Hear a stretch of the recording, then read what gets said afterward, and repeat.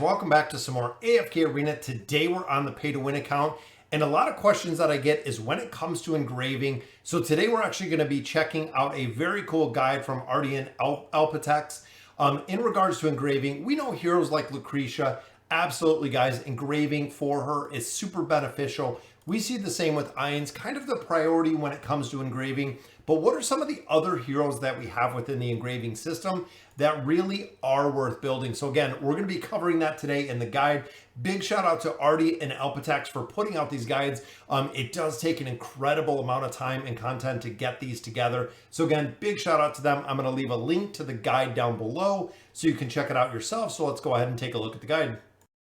All right, so here is the guide, the visual guide to engraving. Again, Arden and Alpatex really pumping this out, guys. Absolutely love it. Engraving is a vestment unlocked after your hero reaches Ascended with 1 star. That is right, guys. If you do not have a hero that is Ascended with that first star, you're not going to be engraving them because it is not unlocked, which really, when it comes to Lucretia, that is the reason why it is a big priority to get her that first star, is because of unlocking the engraving. So a lot of players will take her to 1 star, just like you see on my account, to get that engraving. Taking her past that 1 star is beneficial just for the simple reason that she does get additional crit and she gets additional stats out of there. Now looking at the top tier, these are the first options, generally the safest, which he throws, big credit to Bach, Truth, and Am for the work that they put into this. Lucretia and Irons, they are really the two priorities. Going beyond 60, most players do not, just because of the sheer cost. I do stop all of my engraving personally at 60, and that is where that I leave them. So still the 1v5 queen, which we absolutely know. I'd stop her at E44, so engraving at 44, but specifically investing in these nodes, guys. The reason is when you get her to the plus 30, you have to do all of the nodes. When you actually get to the 44, you can just focus on those specific ones that give attack, physical penetration, life leech, haste, accuracy, attack speed. The rest of them can be ignored if you're not taking her all the way to that 60 engraving. Same with Irons. Stop at 41, getting the attack, magical penetration, and attack speed. Absolutely. Now, the big thing to know with Irons is, as much as a carry and as strong as he is dropping out of the higher tiers. He may even drop out of the meta at some point just because he's not doing enough damage by himself. So a majority of the Irons team comps just relies on Irons to do the damage. We're seeing that he is not doing enough damage himself. Again, as we get into higher level deficiencies, as you get further in the campaign, that he is not carrying the teams like we've seen of the past. So what are some of the other carries? Right here, guys, top tier. And I love this lineup. This is absolutely 100% my primary lineup. Looking at Raku, one of the more effective carries in the meta. Absolutely building him up to 44. Attack, haste, accuracy, attack speed, and accuracy, haste. Very strong in state. It's worth noting the 60 on Raku is extremely important for single target damage. So if you are relying on him within the Twisted Realm, the E60 is very important for the single target damage. If you're running him in the formation or in the campaign, not really a big one, but definitely have to have that E60 when it comes to Dark Arden. Now, Grez, guys, another hero that will never leave the meta. Not only is he in a majority of Twisted Realm battles, we see him appear in the Abyssal Expedition. We see him in the hunting fields. He is awesome. Absolutely E41 Grez with the investment beyond 30, attack, haste, and crit if you're taking him up that far. Oden, another hero, absolutely, guys. We've seen him when he got reworked. Very pseudo carry by himself, guys. It is crazy how strong he is. Taking him to 41, focusing on magical penetration and attack are super effective. If you can get him to scale his amplification and the way that his damage is based, he will actually do more damage over time, which is awesome, making him very important. Then, of course, Kren. He is made it to a lot of different formations, which is awesome to see. I absolutely love the hero. I think he's very dynamic. You can use him in the Mauler Tower, another huge hero to build simply for the tower itself. You can see we got the Wilder, we got the Graveborn, and then we have, of course, the Mauler Tower Light Bears. Unfortunately, they drop out of here super fast. I don't even know any Light Bears that most people use, short of maybe Rowan. But again, engraving Rowan is not really a top tier. Now looking at the strong tier, extremely strong guys, the twins. E33 is the investment with haste. Huge boss support. We know in the reason that we focus on building the twins out, number one is because of the boss support that we see within there. Even utilizing them within a couple key areas of AFK Arena, they are the biggest priority, guys, when it comes to getting them out. And haste, of course, is going to allow for more ultimate abilities, which is going to allow for more haste, which means the super cycle will just continue. Now, Zolrath, definitely the priority when it comes to the shop. We know picking out Merlin really quick, monstrous PvP carry, strong PvP or PvE hero, deals quite a bit, tanks quite a bit. Even if he dies, he will reset, which is very cool. Suggesting E41 on this one. New Helios, I haven't built him yet. Pseudo, extremely strong support, pseudo damage dealer. He's proven that he's worth the investment for bosses. And guys, if you guys have seen any of the formations, when it comes to the Twisted Realm, he's making his way into a lot of the Twisted Realm formations, especially when you have multiple teams. He is on all of the teams. I'd suggest a full E60 on Helios for skills have immense upside. First 30 dispelling shields. 60 gives him a shield ally and a mini Dura's called effect, which is very strong. Again, he is a hero that I absolutely need to build. Meanwhile, Mishka, I do have Mishka built, which I like. We've seen Mishka in a lot of teams. We have seen her with that 9 of 9 furniture, being able to ult very fast, and we have seen her in a couple different team formations. Extra stat amplifies all of her abilities greatly. Plus 60, or the E60 skill is extremely impactful. Another hero that we would take to the 60. It's worth doing a hero like Thorin or Isolde to E8. However, avoid getting many defensive stats. Now, we have seen this. Thorin is reliant on the damage he takes. Same with Isolde is reliant on the damage he takes. Getting an E8, just really focusing on HP, which is good, but staying away from all of the defensive stats, the physical resistance, things of that nature, to really keep the efficiency of those heroes in there. Now, looking at the average tier, mid-level, I do, and I have built out Pharrell. I really think it is a good priority.